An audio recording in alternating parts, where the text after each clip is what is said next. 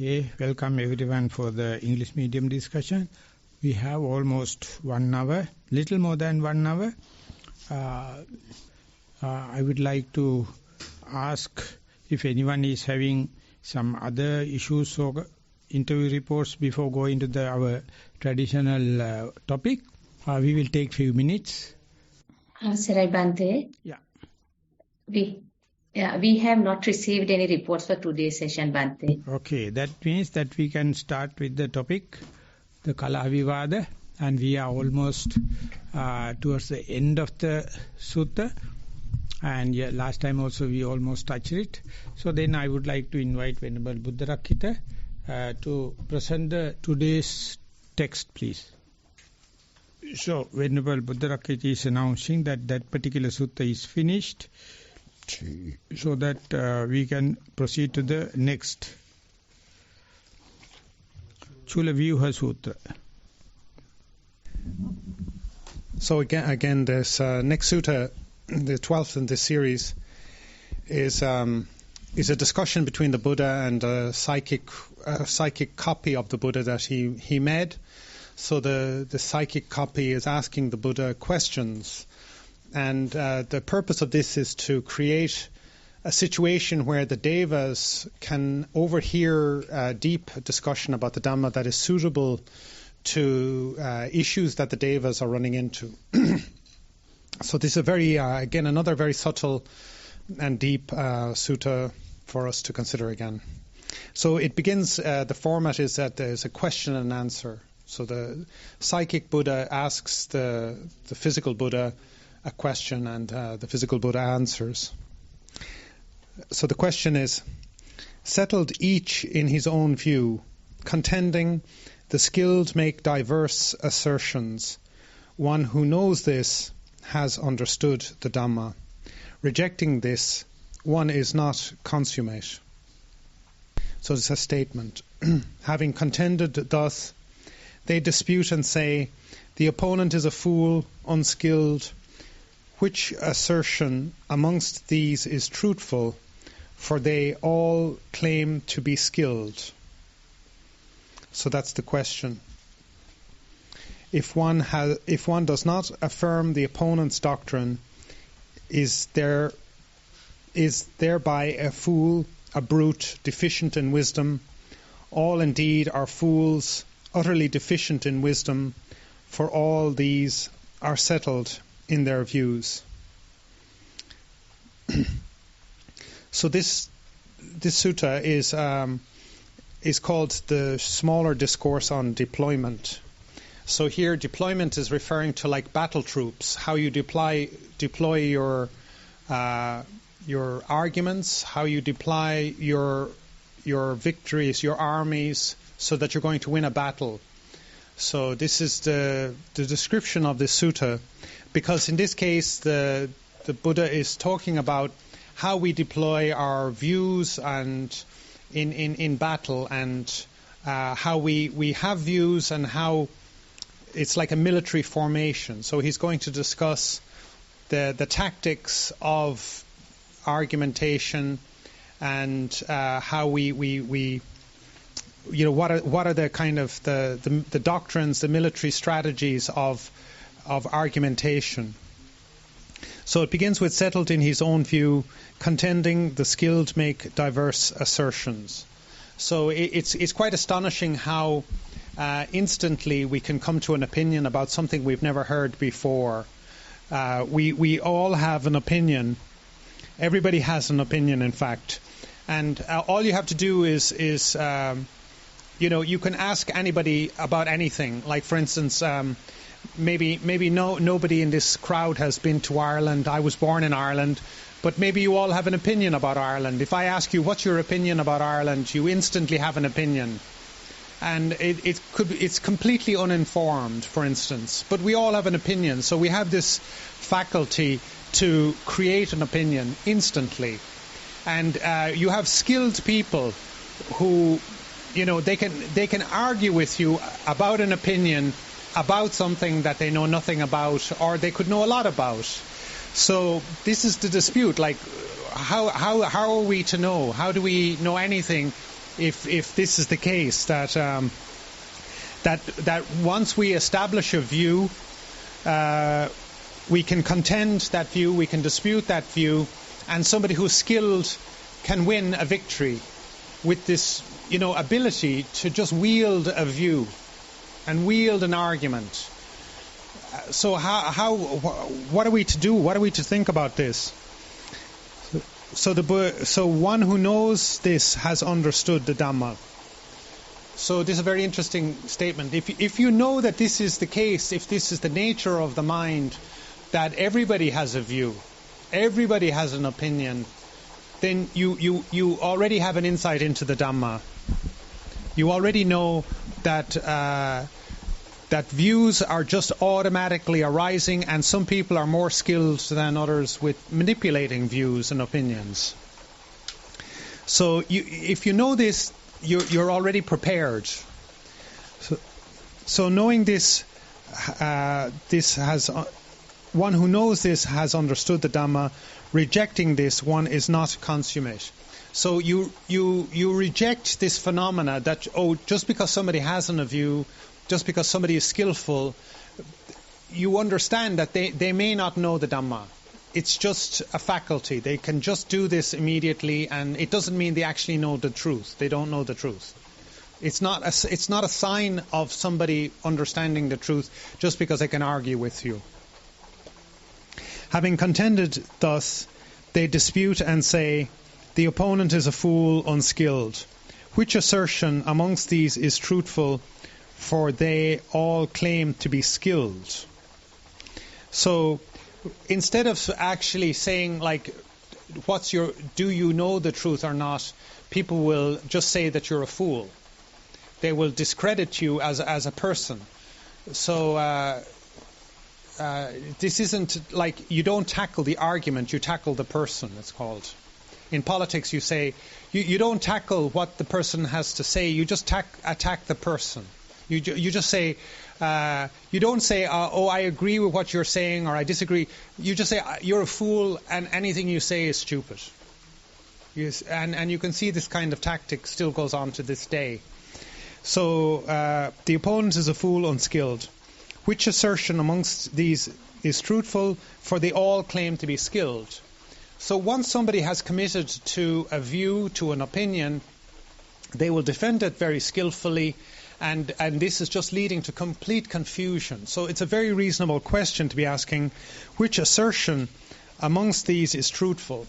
So if I am for the argument and somebody is against the argument, and I'm skillful and he's skillful, and he's calling me a fool, and I'm saying you're a bigger fool, it's a complete mess, as you can see. So you can see why the Buddha is he's trying to get the Devas to think and discuss this, because the Devas are very clever themselves, and they all have opinions, and they all have views, and they are all very skilled at debating these things, and nobody is coming to Dhamma, nobody is coming to any understanding.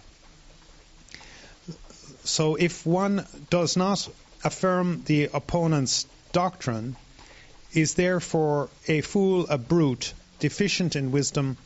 All indeed are fools, utterly deficient in wisdom, for all these are settled in their views. So the Buddha again is affirming what the questioner has said. If one does not affirm the opponent's views, if I don't agree with you, therefore I'm a fool. So we see this all the time. We have the parliament, and you have the opposition, and the government say something, and the opposition disagree with that something, and so they just say, well, you might be in government, but you're a fool. And this is the level of argumentation, and that in fact everybody is a fool. The whole system is a fool, and it's not a way to actually discover truth. So as we know, there's the Four Noble Truths and all of these teachings of the Buddha, this is not what we just say other kinds of ways of learning and thinking bring you towards. So ultimately the Buddha is saying this is not how you find truth in the first place. but we're going to discover that. So that's the first three of those verses, Maha Thero, if you want to... You covered all the three first. Yeah, I went through the first three because they're essentially setting up the questions. So today there are a lot of participants, so therefore I will give the basics. During the time of the Buddha, the life he was living, he got a lot of questions from the lay people, but not a single question is wise. So, and he wanted to know that how is this dialogue between the Buddha and the human related to the Devas. They are already achieved people.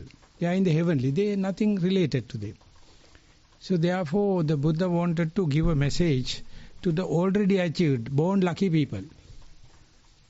And in our discussion, we are always talking about the bread and butter. We never thought about already they have bread and butter. So trick was, Buddha created a psychic Buddha, an image of the Buddha. He is asking question, and he is attacking the Devas that we are worshipping, and they are utter fools. But they are lucky. They have everything facilities, and therefore this one is the teaching through the dialogue among the human, addressing to the Deva. Imagine we are in the middle class, we are having a dialogue so that we are addressing the elite group ruling the government, ruling the world economies. And we can have it. We are having a very applicable dialogue whereby we publish our dialogue and question and answers, then occasionally governors and the rulers may read it. So therefore this is a kind of a brilliant aspect in the human world where even the Deva world you won't find it. The second thing is a human can't raise a wise question. They are so bogged down in their argumenting. So therefore Buddha, he created the image Buddha. The image of the Buddha is asking. The first one is Sakan Ditti Paribhasana. Anyone who says what I believe is correct is called Putujjana. Putujjana means putak. I have my view, he is having his view. So as far as we are tally, we are friends. As far as we are not telling, we are enemies. So that's why the marriages never work. That is why the more divorces, because marriage is only for the sex. But beyond that, they have to live together. So much of disputes. They can't wait till the first childbirth. Dispute. But sex is not a big thing to keep them in contact. So living together, all the mess started on the earth. And marriage is such a human-made foolish thing. The next thing is money. So the Buddha is going beyond that. He is asking question. Anyone he is having, this is the truth. Others is not. He is a fool. Don't associate such foolish fellows. Everyone says, I am the truth. I know the truth. My God is God. So India you have so much of gods. Wife is Sai Baba. Husband is the Shiva. And child is the Ganesh. They live very together. You go to India, the Jaffna, the veranda, the visiting place, so much of gods. And Greek also started with so much of gods. And then came the single god theory. Then it killed all the other gods. And came the one god theory. And that was a huge change in the human world. Now even today we are being Buddhist, our law, our money, our decisions, everything on Christians or the God believers. So there is no justice on the earth. We are Buddhist, the constitution number 9 is to protect Buddhism. But the constitution is Roman Catholic. The law, money, newspapers, government constitution. There is no place where the forest monks have been mentioned in the Sri Lankan history. Never. So that's such a joke. So therefore, if I am being a forest monk, I say forest monks are the best, we are good, temple monks are bad, then this says I am spreading my own view. Buddha says you utter fool. So sakang, ditta paribhasana. So whenever someone I find that is parallel with my view, we are very good friends. If someone is arguing with me, no, I have to chase him out. This is what is happening. So therefore, the Kalaha, this is called Chula Vyuha, the analysis, the English translation is going as a smaller discourse on deployment. We know employment. We employ people. Deploy means you have the war power, you have machinery power and the army power, and you have your view power. So to argue someone, you show your, army power in the Independence Day. So other people know, oh, he's having the electronic power, he's having the atomic power, he's having so much of people. So others won't come for a war. So they deploy. And if it is something happen, they are ready to declare. So deployment is kind of an argument. We are always fighting with the wife, always fighting with the boss, always fighting with the Loku Amuduro. This is the way of life. So there are two suttas, Maha Vyuha, Chula Vyuha. This is the smaller one. And the first one is Sakang Ditti Paribbasana Viggahya Nana Kusalavadanti. Yo evan janati sa vedi dhamma idam patikkosa makevali so. For the Sinhalese, please listen, because they will just get the grounding. Tamatamage drushtiye vasanna hu. E drushtiye dadivagena apima ehi dakshyammai vena venama kiyat. Me drushtiye mama tamai dakshya. පෘ탁 කියන ඕක තමයි. හැම කෙනාම මම අහවල් ශිල්පේ දක්ෂයි, අහවල් වැඩේට දක්ෂයි, අහවල් භාෂාවට දක්ෂයි. This is just nuisance. When you go high and high, everyone is like යමෙක් මෙසේ දනී නම් හෙතෙම දැනගතයා කියන මම දන්න දේ දන්නවනේ එයා දන්නවා. අනික අය දන්නේ නැහැ. The way I understand, if you can understand, you know. Not the truth, you understand, you appreciate what I understand. යමෙක් මේ ගරහුනේ නම් හීනේකයි කියයි. මගේ වාදේ කවුරුරි ගරහනවා නම් if someone is criticizing my view, it's a criticism of myself. That is why the fight. You see, the environmental situation is crisis today, but the war is there. Another war is going to come. So what is this?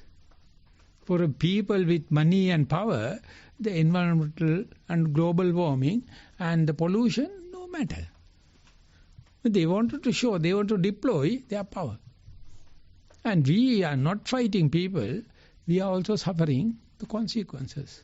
So it is not only the Ukraine war. During the time of the Buddha, the image of the Buddha is asking from the Gautama the Buddha, this is the way world is happening. Everyone is having his own view. He is living for that. Not for the wife, not for the children. He wanted to show to his wife my view. He wanted to show his children my view. He wanted to show neighbors my view. So that is what we are fighting. Ultimately we fail as an utter failure. So under such circumstances, this is the first stanza, Evampi viggahya vivadiyanti balo pare akkusaloti vahu Satchenu vado khatamo imesang sabbeva hime kusalavadana මෙසේ ස්වලබ්ධිය මගේ දෘෂ්ටිය දැඩිවගෙන විවාද කෙරේ. මෙරමා බාලයයි ද අදක්ෂයයිද කියති. මේ මහාන බමුණන්ගේ කවර වාදයක් සත්‍ය වේද? ඒහැම මහාන බමුණෝ පඬිත වාදයෝ ඇද්ද? මේව පිස්සු කෙලින කවුරෙක් ඇද්ද? ඇත්තද? මේව පිස්සු කෙලින අය තුල එක්කෙනෙක්ද හරි? කවදාකවත් අපිට හිතෙන්නේවත් නැහැනේ මේ ලෝකේ ජීවත් වෙනකොට මෙයා හරිද මෙයා වැරදිද කියලා. So that is all the Maha Chula Vyuha. Every person is telling, this is the truth. All the others are wrong. So the person who has not selected the teacher is in utter confusion. Every teacher is telling, idameva satyam mogamanya. You go to each and every temple, that monk will say, our temple is unique. Our teachings are unique. And therefore, don't go to other temples. I am very happy you come from the other temple to my temple. It's the worst in internationally foreign countries. Everywhere, at least 2 temples are there.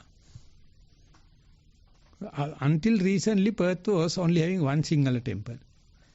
Venerable Dhammika told Perth is the only town in the Australia having one temple. Now we have 2, 3. Because every time one temple is prospering, another temple is starting and fighting, telling they are not properly teaching, they are not properly meditating, they are not properly giving the monastic code.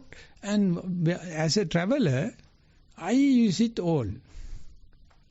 I mean, my organizers, they know, and they are giving pay to the visit for everyone. So I am not giving any favor. You can't understand. And you won't believe, Nissarana is the only temple, only monastery facilitating samatha and vipassana. Venerable Jnanarama wrote a book, Samatha Vidassana Bhavana Marge. No one can believe, because if you are practicing samatha, you are against vipassana. If you are practicing vipassana, you are against samatha. Single teacher teaching both samatha vipassana, I mean that's the Buddha. Nowhere on the earth. The samatha temples are going to deploy war against vipassana. Vipassana is a silent war to attack samatha. So such a case, I am so happy with Venerable Dhammika. I am a traditional Buddhist, I was not practicing. He told this is the case. Don't worry about the Christianity. Don't worry about the Hindu. Muslims, they also have sectarianism, but imagine how much sectarianism in Buddhism. There's nothing in the core, there's no argumentable thing. But you see, Siyama Nikaya, Ramajja Nikaya, the Amarapura Nikaya. The last time in the discussion, the ambassador, the second in charge in the section came. In the private interview, he told, Bhante, I heard that you are talking about in this very life. Yes, I told, Pandita Sayadaw is telling, Nissarana constitution is telling. So I heard never, no one is telling in this very life Nibbana. They are talking about the next life, next Buddha. So how it happens? Then I told, I am also not Buddhist. I am a born Buddhist, but I was not. But I met Venerable Dhammika. He told me this kind of foolish arguments. So go through them, because you have not touched yet anything. Have mindfulness. Then he told, I studied in our American embassy, never study Buddhism in Sri Lanka. Then I told, I go to America, I go to Chuanian monastery in the Carmel. He says, Bhante, till I come to Sri Lanka, I never heard even New York have a temple, because I was not concerned. Now I am searching about the Ramajja Nikaya. That is why the Yogasrama Sanstha is important, and people told to come and meet you. So he is asking, what is the difference between Ramajja Nikaya and Amarapura Nikaya? Siyama Nikaya. They never sit together. They never go to the same pinkama. So much of secret for what? What I am telling is the truth. Don't follow others. The other people come to my temple, it's a very good thing, call us up. If my people go into the other temple, kulamacharya. And some monks are crying. If the disciple is changing the teacher, the original teacher, almost like divorce, almost like a broken love affair. So these questions only a image of the, created Buddha can ask. We can't, because we are so blind with my own teacher, my own teaching, my own meditation center. So I always respect Venerable Dhammika for opening my eyes. Just be mindful, whether male or female, ordained or non-ordained, Buddhism or any other, Siyama Nikaya, Ramajja Nikaya. So I can visit any temple now. So these are the theoretical answers. People are prutak. They say, I am the truth. Please listen to me. I am telling the truth. If he is not telling the truth, not telling what I am telling, he is not the truth. Don't follow him. It's a poison. So the Buddha says, samagganan taposuko. When practicing people come together, they understand each other. Meditation is very easy. Meditation is very with the least friction, non-coercive. apannaka, aviruddha. So that of course developed with the mindful school. Otherwise in Nissarana we were telling we are the truth, all the others are wrong. So but when the mindfulness school comes, it happened us to go to the prison, to the rehabilitation centers and everywhere, and they found they catch mindfulness without any problem. So therefore my mission, I am telling is, don't be Buddhist, don't meditate, try to be mindful. And you can understand you are losing all the sectarianism. You have no achieved and unachieved because everyone is happy like a beginner's mind. And that is what Zen Buddhism also accepts. Now, lucky enough, for the last 10 years, the whole Sri Lanka, gradually, a small proportion, understand properly. And they come into the common ground when they become a prisoner, when they become a drug addicted, when they become a cancer suffering. And this is mindfulness is common ground. To be mindful, you have to leave aside sectarianism. To be mindful, you have to be aside the sectarianism. To be sectarian, you have to leave aside mindfulness. It's so clear, each and every your interview reports, we can understand by 2 sentences how much you are in a premeditated views and how much you go to the meditation with choiceless awareness.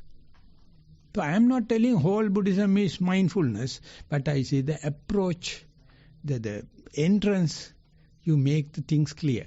Otherwise you take prutak, the flag, I am the truth. All the others are wrong.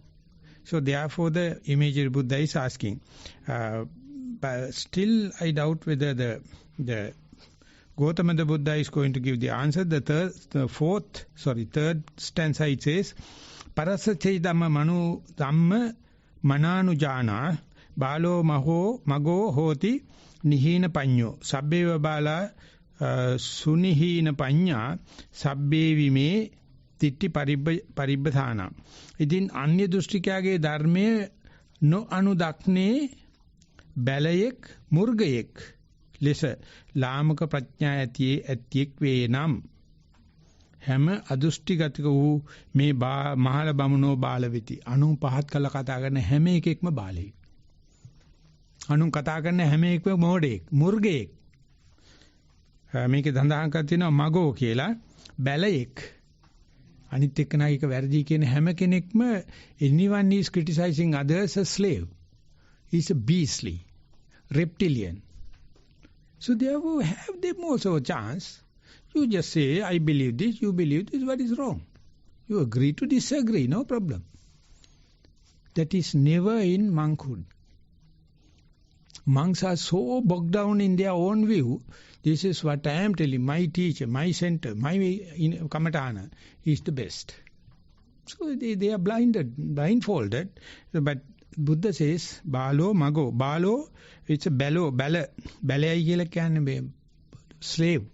Mago, murgi. අසතියෙන් ගත කරන හැම වෙලාවෙම අපි බැලියෝ. අසතියෙන් ගත කරන හැම වෙලාවෙම අපි reptilians, as far as you are mindful, unmindful. Sabbeva bala sunihina panya. So all these unmindful people completely depleted with panya. ප්‍රඥාව සම්පූර්ණම හීන වෙච්ච කෙනෙක්. සබ්බේ විමේ දිට්ඨි පරිබ්බසානයි ඔක්කොම දිට්ඨිගතයි. They all are in view covered or view bounded. So therefore easily you can be mindful, so that so easily you can get rid of ditti. Ditti is the first thing you remove when you become sotapanna. Sakkaya ditti, vicikicca, silabbata parama. Ditti is not so. It's a very vehement, it is very prolific, it is lucratively killing you, but easy to get rid of. It is not meditation, this is contemplation. This is called Naya Vipassana or inferential knowledge, deductive knowledge. That happens only in discussion, not in meditation, not in the virtues. It's a virtue, but in the discussion only that can come. That is why another Buddha came and he is asking the question. Gautama the Buddha is giving the answer. So therefore it is brainstorming. it is quite opening. So that much, if I think, hope enough for me. And therefore, this is a hint to the Deva. This is hint to the achieved people on this earth. They are completely lost. Therefore, try to be a cancer patient, try to be a drug addicted, try to be a inmate in the prison, and then you can understand how much it is good to be just a citizen. When you are mindful, only you become citizen. Otherwise, you are in a view. Yes, American. Thank you, Swaminatha, Bhante. This just made me think of that one of my past teachers used to often say that this is a Zen teacher, that the Buddha taught that the truth is in the pudding. I think that's a sort of a saying that we say in America, or that it's the come and see understanding. You have to experience it yourself, and that's through meditation. So then I just was having the thought that of that, and that some, the Buddha's basic teachings, like the Four Noble Truths and the Eightfold Noble Path, and dependent origination can be a good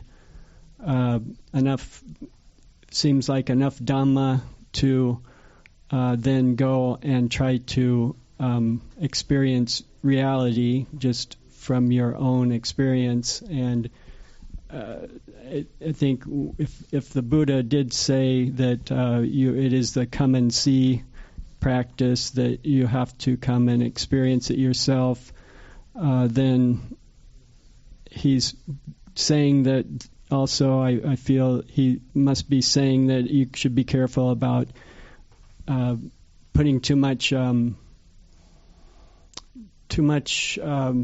trust in what others say, maybe even your own teacher, because they can't experience directly the practice of meditation that you're experiencing. So it is a sort of, I think, a very personal. We have to experience the Dhamma directly, and nobody can teach us that, but they can sort of guide us and point us in the right direction. So the teacher is very important, but then our own practice is the crucial part. You just can't understand the Dhamma unless it's experienced directly. So was the thought that I had. You start with telling that your teacher told Buddhism is a pudding. Pudding, the dessert that you eat. Yeah, that is we call salad. In Zen, they often say, if you want to show somebody something, like what is an apple, you give them an apple and let them taste it. So the proof of the pudding is in the eating. So pudding is? The proof of the pudding is in the eating. So that is not the Buddhism is a pudding, but it's you have to eat the pudding and So like the Dhamma is the pudding. To understand it, you have to actually taste it. So the Bill Hamilton, he wrote a book about saint and psychopaths. He says Buddhism meet Buddhism in America. Mahayana Buddhism and Thero Buddhism, they are dialoguing because there is nothing to prove. There is no Sinhalese Buddhism. So the American Buddhism, they are meeting each other. So nowadays, against the Christianity, Hinduism, Buddhist views are in a dialogue in America. So therefore, we have to follow IMS, Insight Meditation Society, to understand the cutting-edge Buddhism, what is happening. Because Buddhism meet Buddhism in America, another American, yes. Vasarai Bhante, thank you, Bhante Buddharakkhita and Maha Thero, and you have to tell first Maha Thero and then Buddharakkhita. Otherwise, violating the rule. I'm sorry. I'm sorry. Telling the truth. I'm sorry. Thank you, Maha Thero, Bhante Buddharakkhita, and Bhante like that. Dhammajiva for all the wonderful comments. Yeah, I wanted to mention there's this. I was actually speaking to Bhante Sudhira here briefly just a couple of days ago about this thing called the wise ego, and I think Thanissaro Bhikkhu, the author of the Buddhist Monastic Code and a lot of other writings, I think he was the one who kind of talked about the wise ego, meaning you know what you're doing is right by being on this path. You know that what you're doing is right, but it's free of conceit. That's the important thing, is you don't feel personally attacked when someone brings up a different viewpoint. Like they say they believe in a higher power. They're another religion. They believe in a higher power and stuff like that. Or, it's a thing of where you know that you're on the correct path, but you're free of conceit. You don't feel personally attacked by that person presenting a different viewpoint. Like, you just shattered my identity, or you attacked.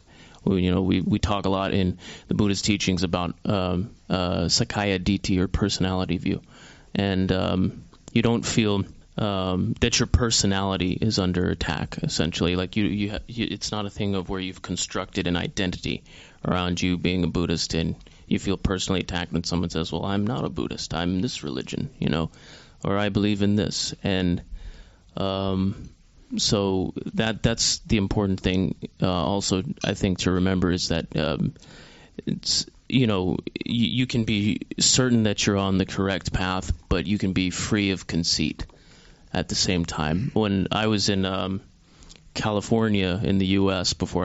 I'm from the U.S. and before I came here, when I was in California, there was this one incident that I had with this, you could say a city monk, where he was more of a scholar monk, you could say. And he came up to me and he was like, or we were in the same room, and he was like, I think what you're doing is wrong. These, stricter observances of the monastic code, this and that, and and I had never said really anything to this person, but it's if you want to live in harmony with other people, you have to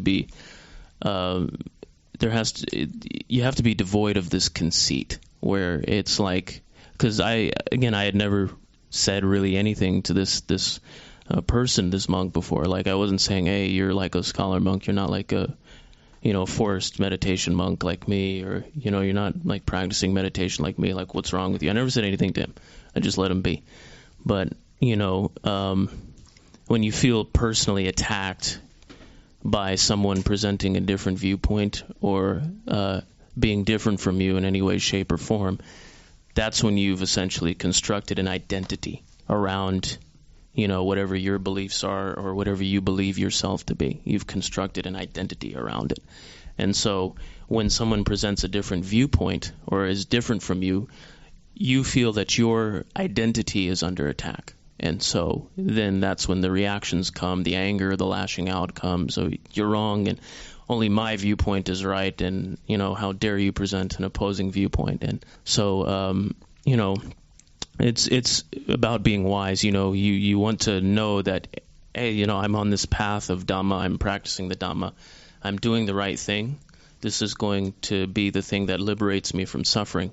But if someone else in the world, I meet them and they present a different viewpoint, or they're from another religion or spirituality, or following a different spiritual path, I will not feel personally attacked by that. It's just, that's what they believe in, and, so be it. I don't personally believe in that, but I can speak to this person. I can have a friendly conversation with them.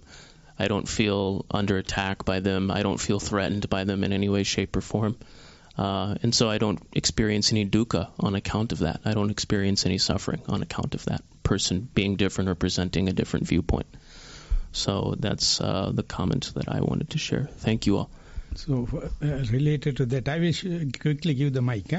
Related to that, I was about to ordain. I was in Nilambe. I was walking across the Hantana mountain and went to another small monastery, a small meditation center. And that lady introduced her husband. Both of them are The husband is an ex-monk, very senior. And he told, are you going to become a monk? Then I told, if everything goes correctly, yes. I heard that you are going to go to Nissarana. Yes. You know, Nissarana is the Arahant factory. You want to be an Arahant? The Kandupade is the Sohan factory. You know, there are beautiful other centers. Why you are going only to the Nissarana? Then I told, I don't know, it is an Arahant factory. I don't know, Kandupade is a Sohan factory. I have never been to other centers. Ask me, I have been in a lot of places. There are beautiful centers. Why you have selected Nissarana? Then I told, that's the only thing I know, I am going to go. He was a German. He was very friendly with me. Wife was so... when she come to the Nilambe, she keep a bouquet of flowers on my pillow.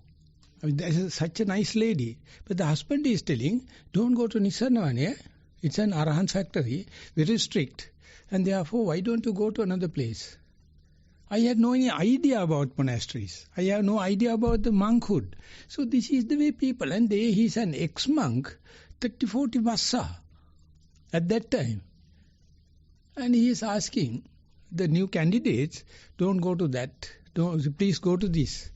It's a failure, it's a distro person. So this is the way, the world. So that is why I am very happy with Venerable Dhammika. He told me, just please meet with the people, keep the mindfulness intact. They are not mindful. They are talking about the aesthetic part of the center. They are telling it is too much of Vinaya. They have never been. The mindfulness is you are exposing yourself, be a strict Vinaya, slack Vinaya, strict Dhamma, slack Dhamma, no harm. No harm. That's what I am telling. For the mindfulness, strict Vinaya and lack of Vinaya, no harm. Knowing full Dhamma and lack of Dhamma, no harm. So that opening happened, and that is what I am appreciating. So not only in America, even in Sri Lanka, I am a born Buddhist, bumpkin from the village, and says, don't go to Nissarana.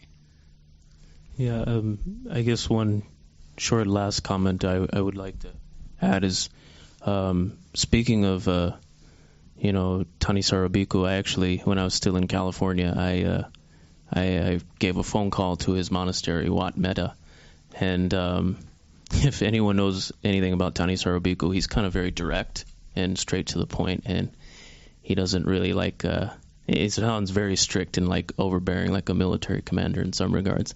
But that's I called him and I asked him, can I come down to the monastery? And he was like, oh no, sorry, we're closed right now. Kind of like that was the end of it. But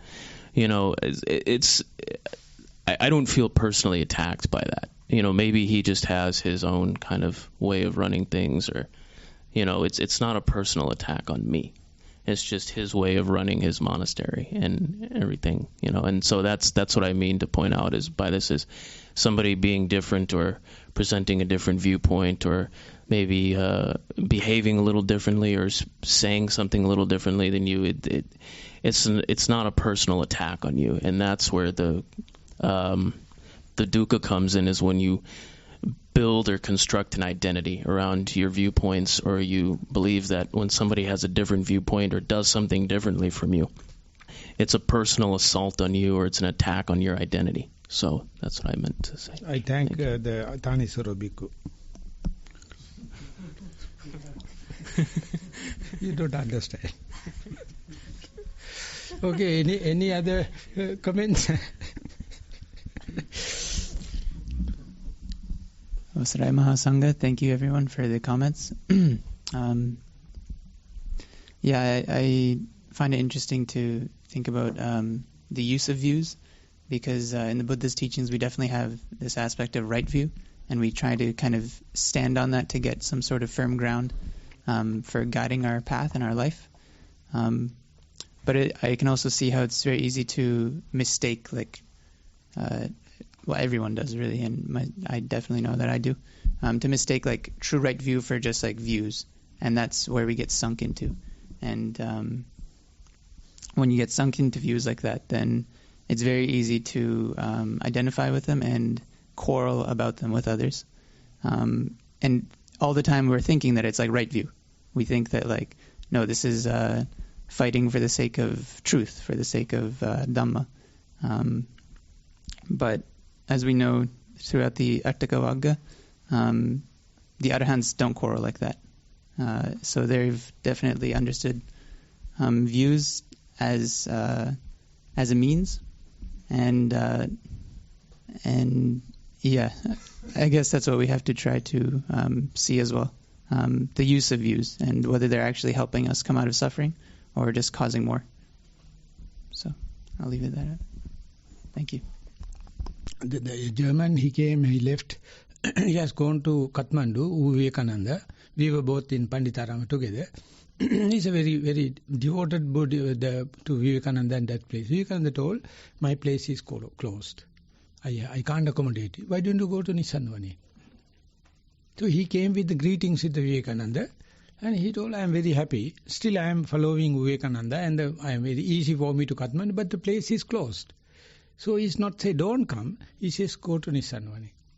So likewise, if I can't accommodate, that is why I wanted to keep the center open throughout the corona time, throughout the difficulties, because we are not telling it is closed. It's an utter shame. The government is finding, lodging complaints and the cases against us, telling how can you have retreats while the corona is happening. Then I told, why don't you come and sit? No, Bhante, you have to put a case. Then I told, why don't you go there and put a case against? Then I consulted the medical commissioner. Then we are conducting a retreat under your regulation. Please don't close the center. It's a 700 million rupees invested on the building. Please keep it up. Otherwise, the white ants will come and attack. And Kaduwela is the best example.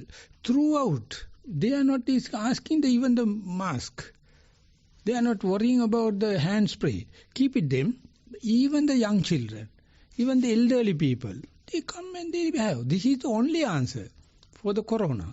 And if you are closing the center, no.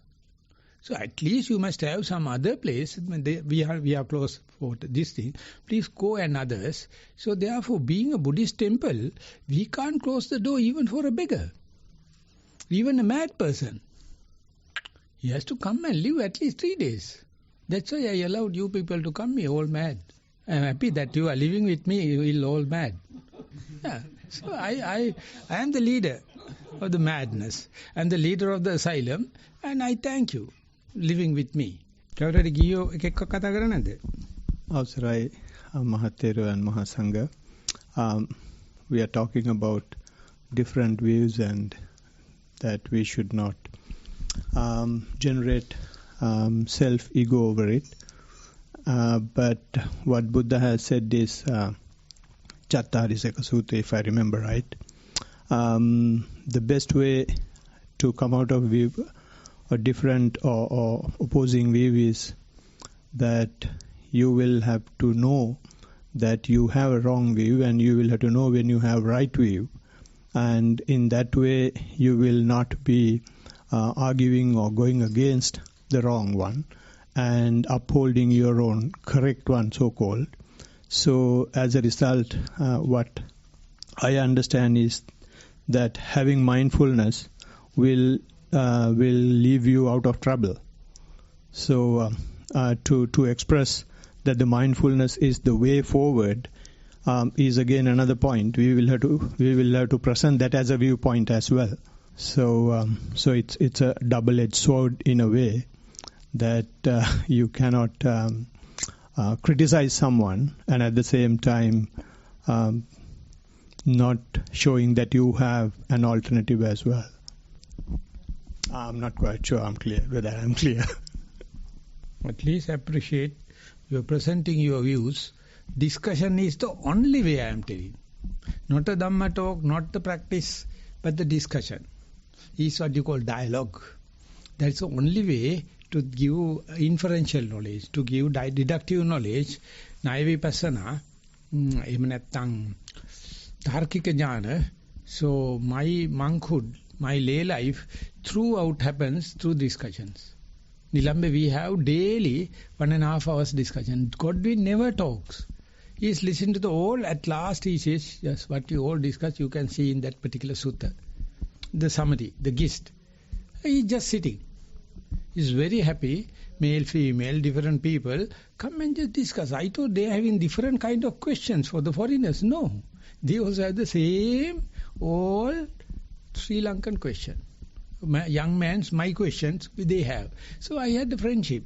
I can't talk. My English was not so polished that time. But I was so open.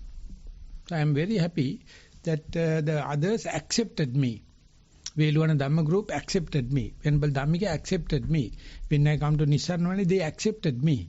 So that is a kind of a huge opening for me because I had so much of inferiority. I am a no one. At my family also I am no one. I am the 9th child. So my mother's love was not with me. I try to grab it. And the brothers and children, they are hitting me like in dozens and half a dozen kind of the brothers and children, brothers and sisters. So I am no one. So whenever I get the relationship, I get the membership in everyone, I appreciate that organization at least. They are giving me a fair chance. So I try my best. If anyone coming here, give a fair chance for them to come and have sharing and transparency. I am fairly successful in this. Anyone? Before going to another stanza? I have a question. Yeah. So I would really appreciate, Venerable Sir, for your programs and also the importance of mindfulness. My question to you, sir, is that when it comes to modern world, is always the multitasking is demanded, especially when you're at your job. So in such situations, how we do the mindfulness in a fast-pacing, multitasking demanded world? Thank you. Do you think the monk's life is a single task or multitasking? I think as a Buddhist monks, we can, as the monks can do things slowly, sometimes mindful, always mindfulness, I think. So if so, why don't you become a monk? Simple as that. Welcome. But after 1 hour, come here at 10:30, you can see. You can see here what is happening. It is not slow. It is like a scout camp. Everyone is very active. You people telling you all are multitasking, you all are bloody fools. You all are bloody inefficient fellows. You have to come to the center and live with us 1 hour when we are working. How much you are unskillful. I am not giving any skill, but different people come, different skills and different work fields, different tools. You are multitasking. You can't live with the monk. Because 24 hours working, 7 days working, 30 days per month, 365 days. You have 8 hours of working. That is what the problem. So therefore, if you wish to know multitasking, start with one thing at a time, and that done will. Ultimately, mindfulness will bring you to the diversification, unimaginable, catching the momentum. First thing first. You can go for, as you giving that, dedicating the work for others and division of labor, and you can see from 10:30 to 11:30 how busy the place is. These monks, they are very lazy, they are jumping and hiding. But others are working.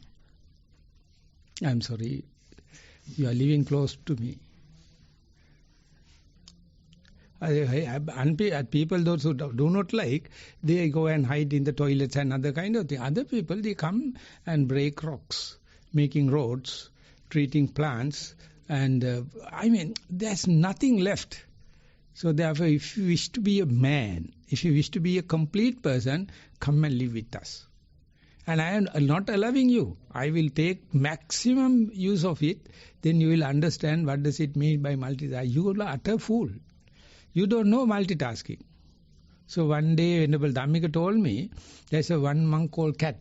He's a Theravada, he's a Zen monk. He says he's walking very slowly, but he's such an efficient monk. Can do anything. So he was waiting to see that particular monk. One day he saw him climb to the plane, the aerodrome, and just like a cat. But the capacity, any moment he can do anything. So this is what I call multitasking. The potential is there. That means you are failure. Come and live with us. We will teach you what does it mean by multitasking, and you do as you like. The whole range is there. So man is a human being, is such a versatile machine. We never use at least 5% of it. So much of capacity. That's why the Buddha is called omnipotent, omniscient knowledge. He can do, without doing anything, he can do everything. So that is what you call multitasking. These foolish fellows, mechanizing and multi-production, the billion or the mass production, make you robots. This is not multitasking. This make you a square fellow. But here we are using hand tools. We are working with the earth. We are working with firewood. We are not waiting for the gas. We do. So therefore it is down to earth, and monastery is a kind of a thing teaching you all multitasking, but not for the beginners. Beginners has to come and help you, and after a while you can select your own way. It is like a prison. When you go into the prison, you put into one or the other skill, you can develop. So therefore don't misunderstand the multitasking. It is, if you wish to be multitasking person, try to be a monk. All the others are partial fellows. They are not ready to even take a challenge. So therefore we look down other lay people. It is bad according to the Chulaviva Sutta. Don't look down, because you can't cross, you can't jump into the water. Come and live with us. Just in a retreat at least, not wearing robes and shaving the head. Live with us. Males we can of course invite, females still we are not, and we have few centers for the females also. They are making enough problems, so therefore progress is slow. But the males I invite, then I will show you multitasking. Live one day with me at least, then you can understand. Yeah. If you go to Kaduela also, you can see different kind of people, and the prices are 3 times high. But the building constructions throughout happening, plants growing, and different people coming from different places. Bante, how can I come to Kaduela? It's open. Any person can come. And you can see Dhamma Vihari Amro early morning get up, sweep everything, make all the water buckets filled, and things are ready. People come, everyone come, start with sweeping. Everyone remove the beds, remove the mats, everything, and make it clean. He says, otherwise I have to do. If you have taken a mat, keep it again. If you have taken a pillow, keep it up. And all the way, when I go there, he's always concerned about whether my bowl is washed, whether I am being invited. I can't imagine how much he can have that kind of a time. Not only for me, even when the Saddhananda is there, it's taking care, so much of loving. And that is I call multitasking. Even the family life, it is not being challenged like a monk. Monk means, I mean the working monks, not like a sluggish, lazy bones. But come and live with us. Buddha has created such a stage. It's like a scout. I am sorry that I am attacking you. That is the Chulaviva Sutta. I would also add actually from the Upandita Syada's book, In This Very Life, there's a line that always stuck with me very strongly, was he said, busy people are conceited. You know, you need to think about that. Everywhere I go in the world, everybody says, I'm busy, I'm busy, I'm busy, I'm busy, I'm busy, I'm busy. And if I visit a place, you know, and I say, oh, have you got time? I'll come at 4 o'clock in the afternoon. I'm busy, I'll see. You know, this is kind of the standard answer these days. Everybody is busy. And like I would just question, is that really true? You know, is it really true? You know, like if I say to some people, you don't seem that busy I don't seem to be impressed by your busyness or something, like, what are you doing? Oh, I have to go shopping. I have to pick my kids up from school. I need to drop my kids off to this, competition or something like that. And it's just relentless. All the things we kids, all the things you have to do. Took nothing. We went to the school. We came back. Parents are minded their own business. Why you are taking time for the children? Ask them to go and walk. And ask them to come back. Met with an accident. Yeah. You people are making zoo animals, not children. Washing themselves. I'm busy. What are you busy? I have to wash myself. I'm busy. I have to eat. I'm busy. Nonsense. I have to prepare food for myself. I'm busy. I have to put on my clothes. Everything is busy. I'm like, but it's a duty to put on your clothes. I don't say to myself, I'm busy because I'm putting on my clothes, or I'm busy because I have to go down and eat, or I'm busy because, of some other reason. That's not busy. That's just something that I have to do. And if I don't have to do it, I don't do it. You know what I mean? Like Maha Thero says, I don't have to participate afterwards. I'm not going to do it. He's very sluggish. I'm not sluggish in the slightest. I apply myself skillfully around what I want to do and what I don't want to do. If I agree to do something, I'm 100% committed. If I am not going to do it, I'm not going to do it. If there's a good reason to do it, I'll do it. If there's no reason, no meaning, no purpose in it, I'm asking myself, why am I doing this? Instead, everybody else says, I'm busy. We'll see. Give me a call when you're on the way and see if you're available, if I'm available or not, because something might come up. Impossible to make appointments with people these days. It's just conceit. It's just a horrific, ugly conceit. And if I say to them, I think you're bloody arrogant, I'm giving my time, my effort to come and meet you at your home and you don't have time. You're busy. Are you kidding me? Why don't you try and come and visit me in Sri Lanka and see how much effort that takes? How busy is that to come and visit you? Come all that way, make all those flights, get through all of those countries. That's busy. Coming to see you at home and you're saying you're busy, that's, insanity. Ridiculous. It's insanity. So, learn to mind your own damn business, so and then you'll know what busy is. Simple is, I never postpone anything. Yeah. I never ask any Satipasalo or Karaka Sabha, don't postpone. If the bloody foolish fellows can't do it, can't commit, don't mind. We will start. We'll treat a single person. Don't let that foolish fellows to come after late and giving excuses, telling I am busy. Without them, easier. I am having so much appointments with the government officers, daily postponing, because even if you have a stomach pain, they postpone. You have to go to India, postponing. They are the one giving the appointments. But I am telling from the Nissarana point of view, from the Kaduela Satipasa point, don't postpone. If you give, sometimes I forget that I excuse, but I am telling you, I am always available. But you have to come alone my way. I have expressed my timetable. These are the place I am there. Always I am free. I am like a prostitute. Anyone can hire. Don't tell you have AIDS. Yes, I have AIDS.